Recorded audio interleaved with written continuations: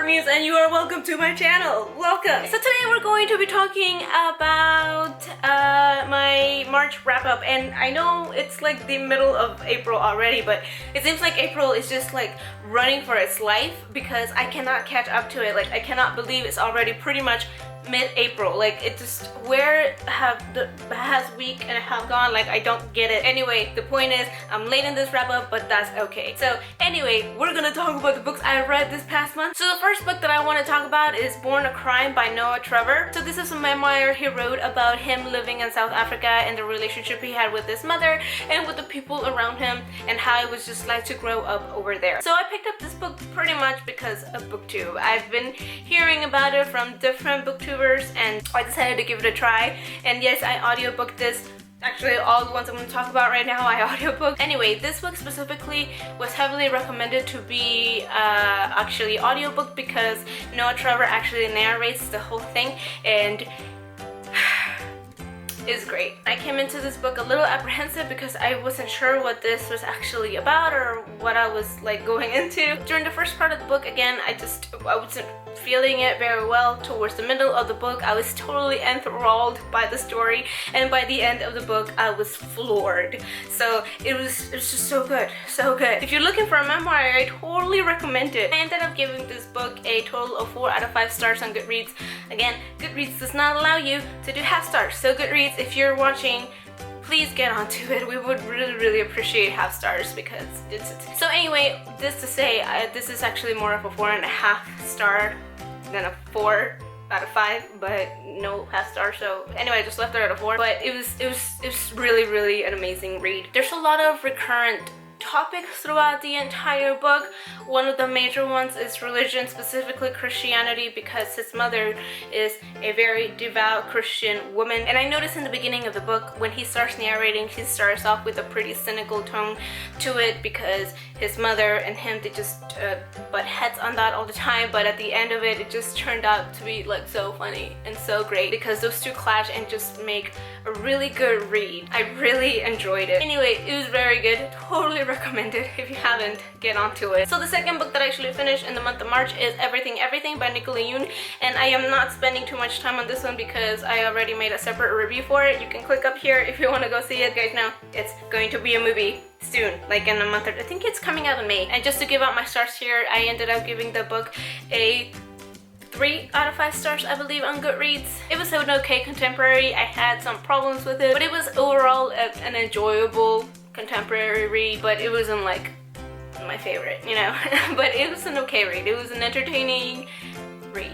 So that's that. And finally, the last book that I wanted to talk about is The Last Tribe by Brad Manuel. A friend actually recommended this to me. Hey Stuart. So this is supposed to be a post-apocalyptic type of book where this disease has just swiped all of humanity from the face of the planet except for a couple of few people that are apparently immune to the disease. It's like this flu type of thing that just it started in South America and then it just spread out throughout the world. So the story itself follows a group of people that are living in the United States along the East Coast, I think, like New York coast type of thing. Is that the East Coast? I think so. Yeah. Anyway, so it's a group of people that survived this epidemic and are now trying to reunite and find other survivors to form some sort of society or just to, you know, have people around, because as the story goes, for every character, they've been alone for a long time and they're just really happy to find other survivors so they don't have to be so alone because there's just a whole bunch of dead people everywhere.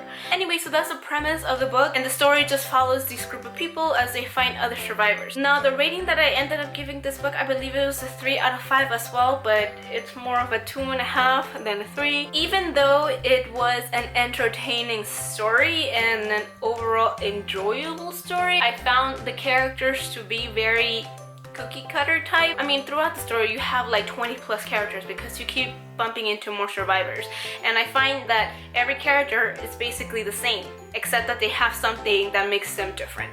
So it's the same template for every character, but one is a certain ethnicity, or they have a specific skill set, but their character in itself is the same for every single one. It's weird because even like I was listening to this and I had such a hard time just differentiating which character was which because they all had the same voice. Like they all sounded exactly the same. And no, I'm not talking about the narration, I'm talking about the character itself and the dialogue that the author gave for that character. Even like their sense of humor. They're supposed to be from all sorts of walks of life and they all share the exact same humor, which I was like so weirded out by. It was weird. It was also a very long book for the story it provided. It was in audio, it was a total of like 22-23 hours, which was a long time for what actually happened in the story. I thought it could have been made into, you know, less time.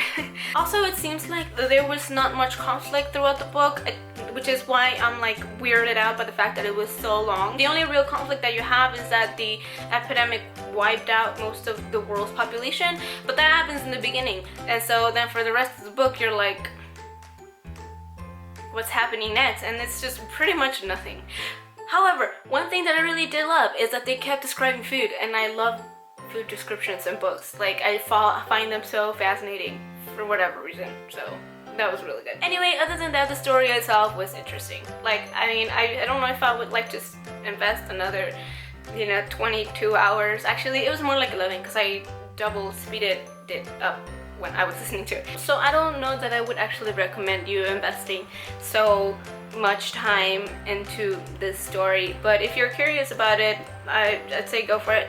So anyway, those are all the books that I actually finished last month. As you probably have noticed, none of these were in my TBR list that I kind of talked about on my last wrap-up video. But I am still reading the Plague Tales, which I did talk about. We're actually discussing this in this next coming weekend book club, and I have like a fourth of the book left to read, so that's what I'm gonna do tonight.